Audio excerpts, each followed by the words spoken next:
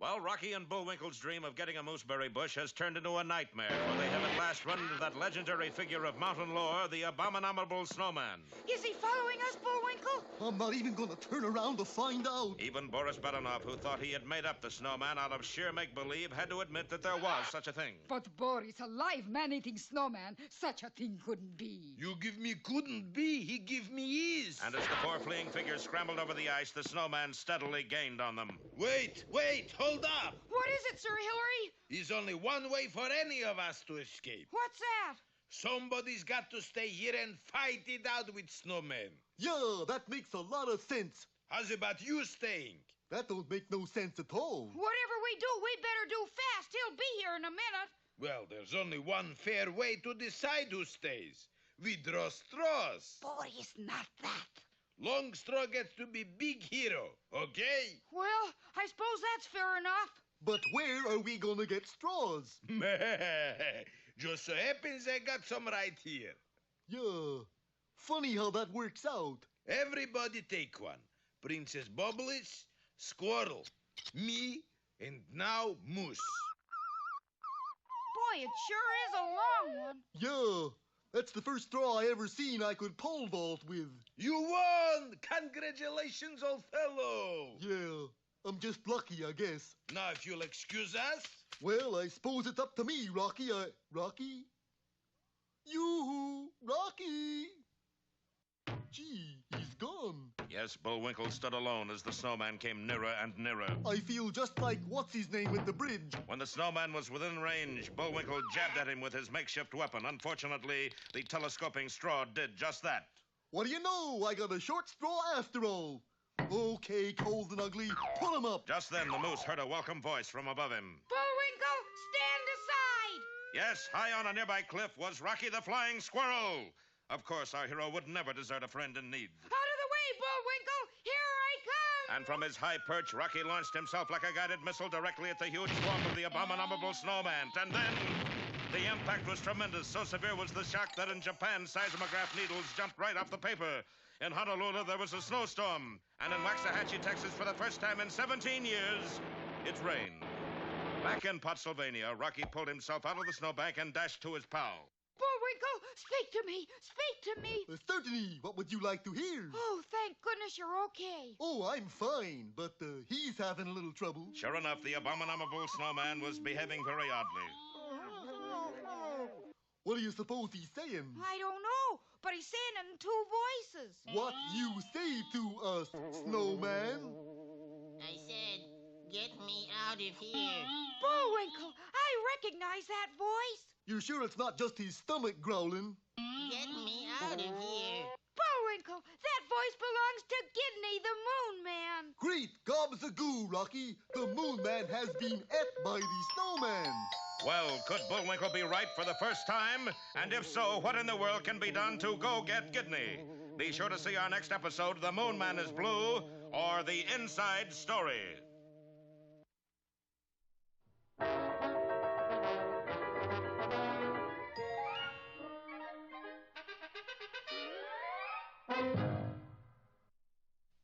And now it's time for... Time for the dancing fool, Bullwinkle. Again?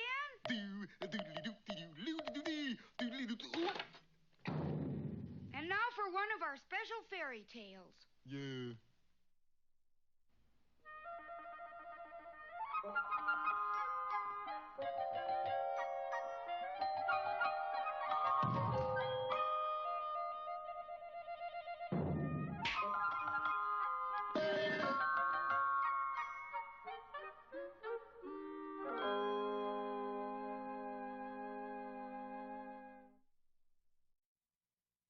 Once upon a time, there was a thumb.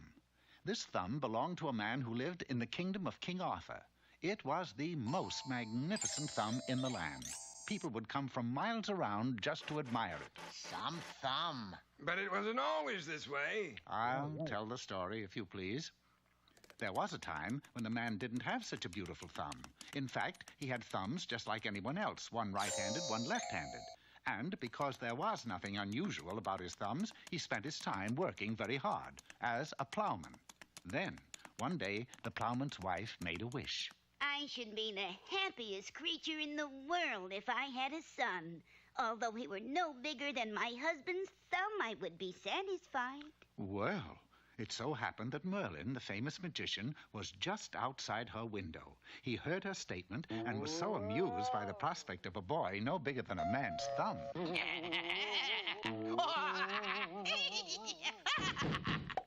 that he granted the woman's wish.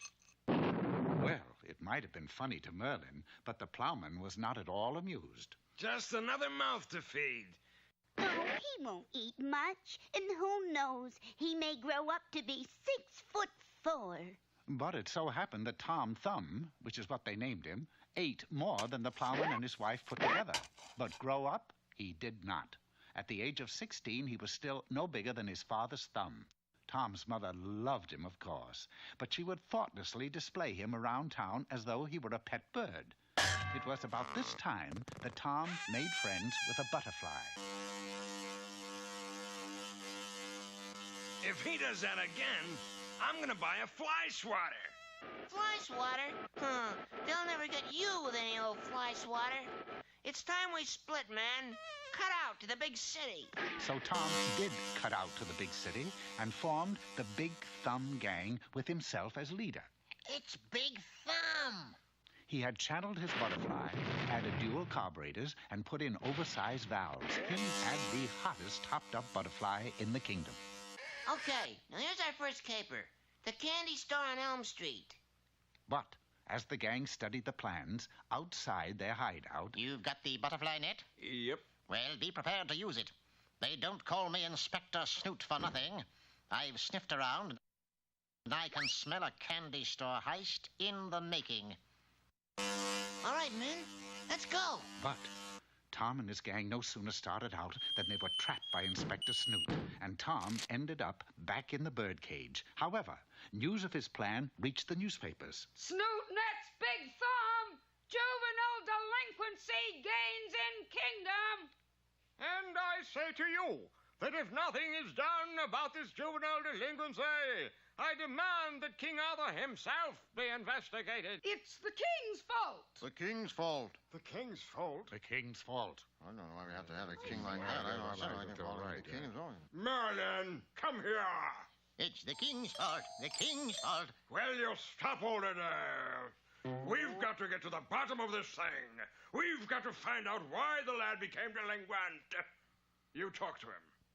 Now then, my boy, just when did you start to go wrong? When I was 12 years old, I had a feeling there was something different about me. I was 12 years old and only 3 inches high. I longed to be big, big, big. So, when I met my only friend, I escaped to become the biggest man in the kingdom, Big Thumb. And I am big, too. I've created a monster. So Merlin confessed to King Arthur. So you see, sire, I'm responsible for the lad's behavior.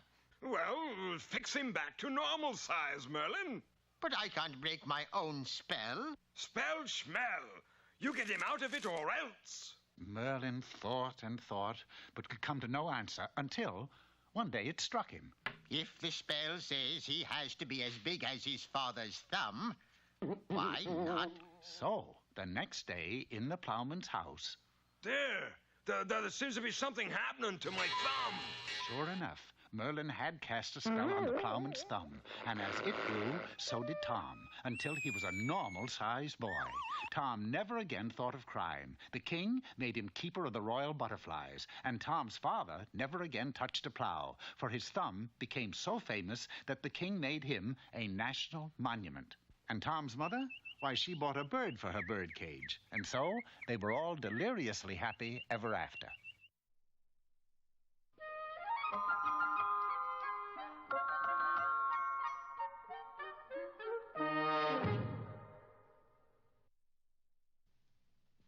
Eeny, meeny, chilly, beany. The spirits are about to speak. Are they friendly spirits? Friendly? Just listen. And now for all you aspiring intellectuals, here's Mr. Know-It-All. Hello, aspirings. Today's thesis is how to cure the hiccups. Now, in order to cure the hiccups, you must first have a hiccuper. You got the hiccups, Boris? What for I got to have hiccups? So I can cure 'em. Oh, never mind. I'll help you get hiccups, then I'll cure 'em. One of the most popular ways to catch hiccups is to eat rich food. That's rich food. Looks just like chicken. It is chicken. Chicken isn't rich. Then we'll make it rich by stuffing it with dollar bills, pieces of 8, a few pieces of 9. Now down the hatch. Splendid. Now let me hear those hiccups. Can't. Why not? 'Cause rich food agrees with me. Another way of getting hiccups is overexertion. You all set to run? All set. Then you're off. 2 hours on the cinder path. You have the hiccups? No, but I got the Davis cup, the gold cup, a mustache cup, and the cup of coffee. When you really get down to it, the only thing that'll give you hiccups is to drink 42 gallons of milk. Bottoms up. Oh, boy. Now let me hear what I'm after. How's everything going, Mr. Know-It-All? Oh, the whole thing's a bust. Well, better luck next time. Thank you, Mr. Wouldn't you know it?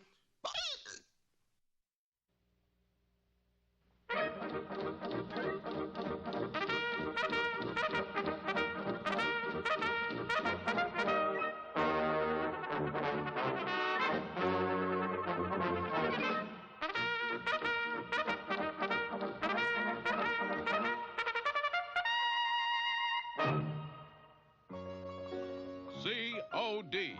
To most people, that means cash on delivery. But to the Canadian Mounted Police, it means Clyde's on duty. And today is the day of days when Clyde, after 83 years of faithful service, is to be given an honorable discharge. Mounty Clyde, it is men like you that have made this service what it is. Who's got the watch? Oh, yes, the usual reward was a solid gold $3 watch. And the Mountie who held it for safekeeping was our hero, Dudley Do-Right, the man who did everything he was told, incorrectly. Here is the watch, sir. Do-Right, what is this? Clyde's watch. I cleaned it. In the wash tub? No, sir, the washing machine. The discharge ceremony was held up while Dudley rode into town to pick up another timepiece. Alas, the only clock shop was a hock shop, under the larcenous operation of that notorious ne'er-do-well, charlatan, rogue, viper, Keep going, I'm in there somewhere. Snidely Whiplash. So you wish to purchase a solid gold $3 watch, eh, Do-Right? Yes, sir, and to go. Whiplash promptly displayed an armful of watches, and Dudley selected the most glittering and the cheapest. 11 cents and it's yours. But Dudley was short on money and intelligence. I'll tell you what, you've touched my good-natured heart. I'll let you have the watch if you put up collateral.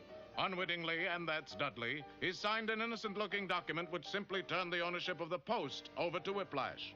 1 week later... Pardon me, Inspector, but why are all we Mounties standing outside the post with our bags packed? Because at 5 o'clock, Snidely Whiplash is foreclosing the mortgage on the post.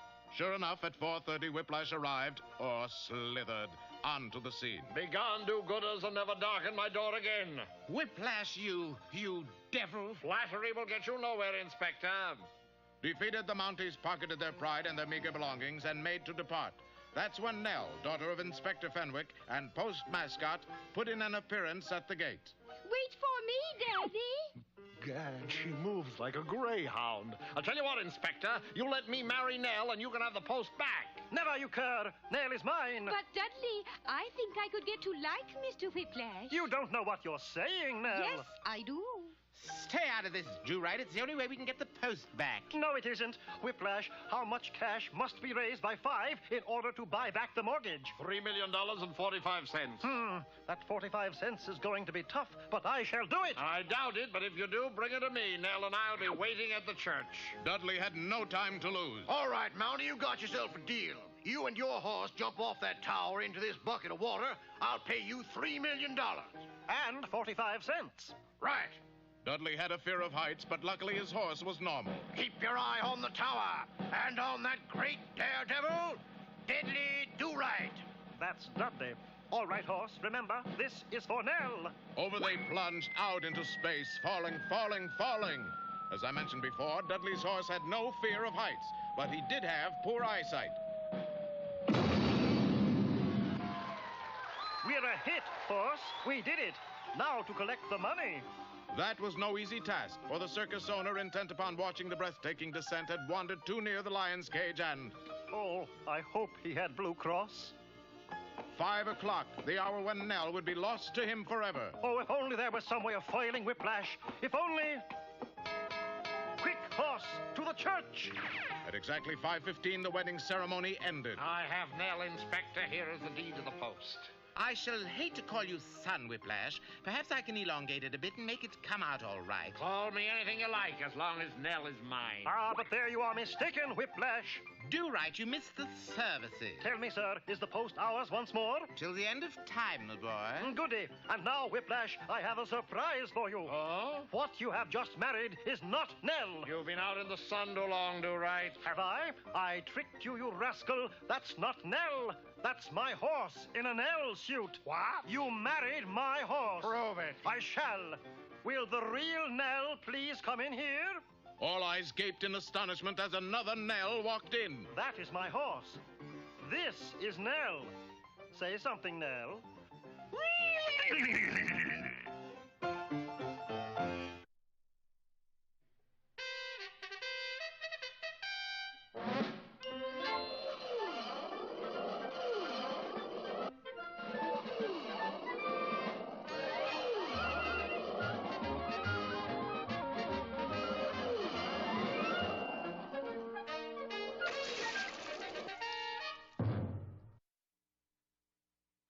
Well, the attack of the abominable snowman came to grief when our boy Rocky zoomed to the defense of his pal Bullwinkle.